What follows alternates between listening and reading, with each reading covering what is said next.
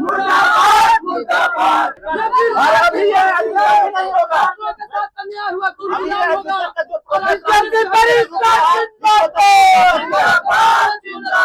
इस वक्त हम रांची विश्वविद्यालय परिसर में मौजूद है और यहाँ आजसू छात्र संघ के और एबीवीपी छात्र संघ के लोग भी धरना प्रदर्शन कर रहे हैं या आवाज उठा रहे हैं राज्य सरकार के खिलाफ। दरअसल जो क्लस्टर सिस्टम लागू हो रहा है उसके खिलाफ यहाँ पे जो है ये लोग प्रदर्शन कर रहे हैं। हम सीधे इनसे जुड़ते हैं और कारण जानते हैं। क्या कुछ कहना चाहिए? राज्य सरकार और उच्च शिक्षा विभाग के द्वारा जो क्लस्टर सिस्टम जो लागू किया है रांची विश्वविद्यालय के अंतर्गत सभी महाविद्यालय में, आज इसका पुरजोर विरोध करती है। राज्य सरकार की विफलता का परिचय है जो शिक्षकों और कर्मचारियों की कमियों को भरने के लिए विभिन्न कॉलेजों में सिर्फ एक सब्जेक्ट की पढ़ाई कर रहा है। आज से उसका पुरजोर विरोध करती है। आज नोटिफिकेशन विश्वविद्यालय कैंपस में हम लोग फाड़ने का काम किया।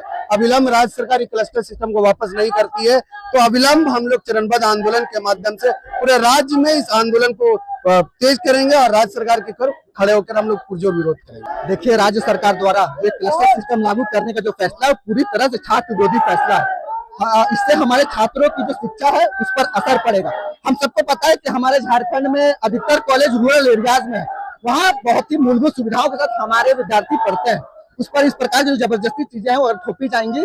अलग अलग विषयों के लिए अलग अलग कॉलेजों में अगर जोड़ेंगे उनसे उनकी आर्थिक और शारीरिक दोनों विषयों में प्रभावित होंगे और ऐसे जो क्लस्टर सिस्टम है जल्द से जल्द त्वरित कार्रवाई करके इसको हटाने का हम सभी आशु छात्र संघ की मांग कर रहे हैं।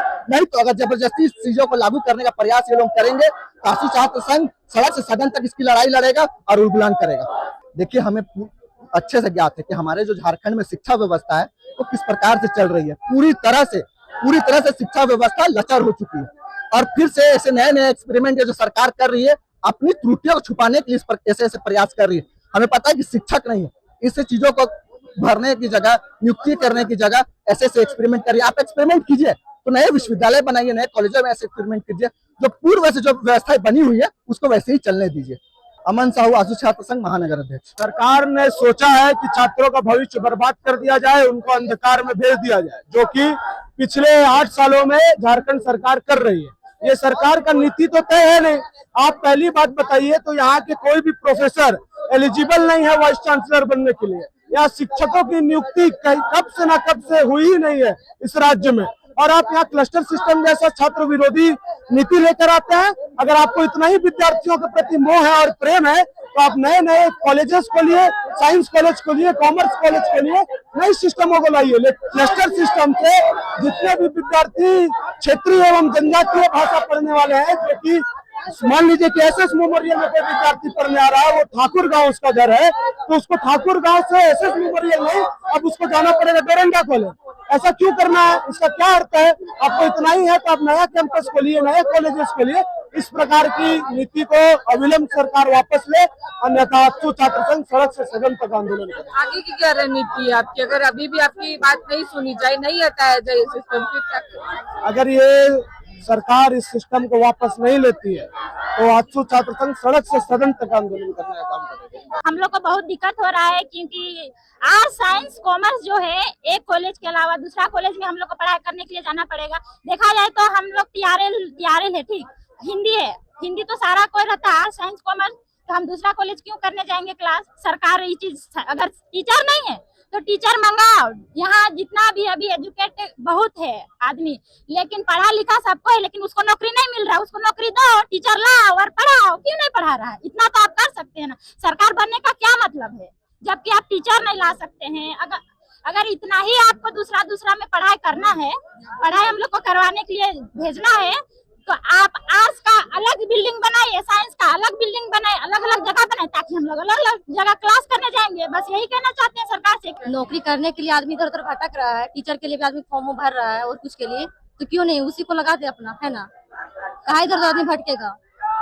बस हम लोग जहाँ हम लोग का स्थान है बस हम लोग वहीं रहेंगे, इधर तो कहीं नहीं जाएंगे। बस आगे की क्या रणनीति? आते हैं हम लोग बहुत दूर से आते हैं, हम लोग को भाड़ा उड़ा भी नहीं बहुत दिक्कत होता है। जैसे रामगढ़ हो गया और कहीं कहीं से आते हैं हम लोग, कितना इधर उधर हो गया, गांव में भाड़ा उड़ा भी नहीं देता घर में। हम लोग तो रांची में रहने वाले, जैसे कि हम लोग बहुत दूर से ना आ रहे हैं, तो वहाँ से हम लोग उतना भाड़ा भी अफोर्ड नहीं कर पाते हैं।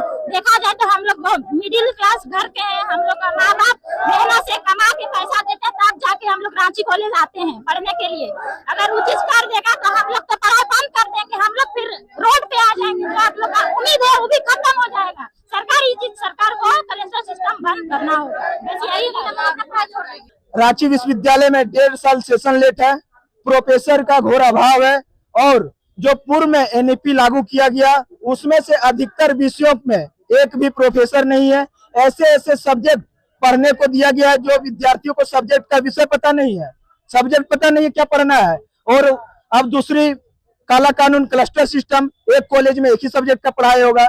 अब बताइए, जो आर्थिक रूप से विद्यार्थी कमजोर है, जो जिनके परिवार मजदूरी करके अपने बच्चों को पढ़ाई करवा रहे हैं, तो अब विद्यार्थी जब 30 किलोमीटर 20 किलोमीटर रोज प्रत्येक दिन दूरी तय करेंगे तो उन पर आर्थिक बोझ पड़ेगा, साथ ही साथ उनके मानसिक तनाव भी उत्पन्न होगा, शारीरिक स्वास्थ्य पर भी असर पड़ेगा। तो एबीवीपी यह मांग करती है कि क्लस्टर या काला कानून क्लस्टर सिस्टम को निरस्त करे, अन्यथा एबीवीपी पुरजोर आंदोलन करेगी।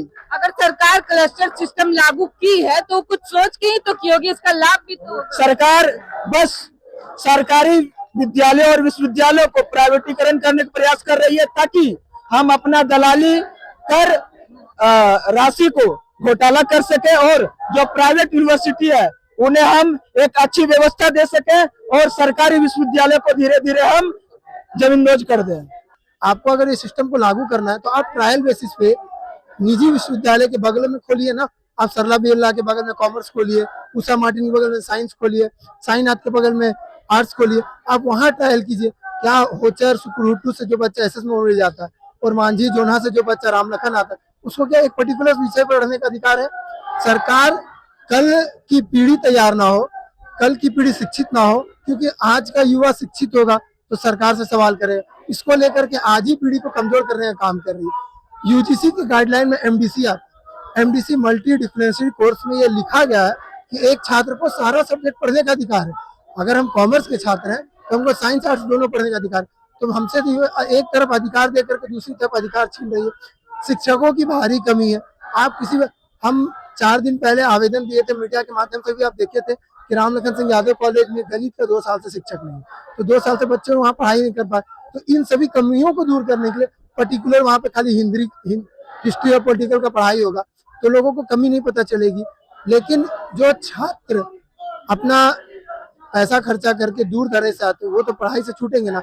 आज आप इंटर 2 साल से बंद कर दिए कॉलेज में, तो कहीं ना कहीं छात्र इस पढ़ाई से वंचित हो रहे हैं। तो अपना नियोजन नीति आप लागू नहीं कर पाए। इसी वजह से ना आज तक राज्य में नियोजन नीति 26 साल हो गया राज्य का, नियोजन नीति लागू नहीं कर पाए। आपके पास ऐसा कोई प्रोफेसर नहीं है पढ़ा लिखा प्रोफेसर जो कि रांची विश्वविद्यालय का वीसी बन पाए। बाहर से आपको वीसी कंडक्ट कराना पड़ा, तो बाहर से आपको ला करके काम कराना पड़ा। क्यों? क्योंकि आप आज के छात्र को लायक नहीं दे रहे। पीएचडी स्कॉलरशिप वाले लोग इतने हैं तो पीएचडी पास किए हुए, आज तक विश्वविद्यालय अपना पीएचडी की परीक्षा नहीं कर पाए। आखिर बच्चे प्रोफेसर बनेंगे तो कहाँ जाएंगे? इसी विश्वविद्यालय में आएंगे। तो इन सभी कमियों को दूर करने के लिए ऐसे काला कानून ला रही है। हम RLSY कॉलेज से आते हैं मैडम, वहाँ पे कहा जा रहा है कि वहाँ पे TRL भाषा को केवल रखा जाएगा। अगर ये क्लस्टर सिस्टम लागू होती है और हमारा महाविद्यालय में TRL भाषा को केवल रखा जाता है तो हमें कई सारी चुनौतियों का सामना करना पड़ेगा। जैसे कि अभी नया शिक्षा नीति के तहत हम लोग 6 विषय का पढ़ाई करते हैं। अगर सिस्टम लागू होती है तो हमारे जो विभाग के टीचर हैं या किसी भी विभाग के जो टीचर होते हैं वो 1 से 2 सब्जेक्ट पढ़ाने में सक्षम होते हैं।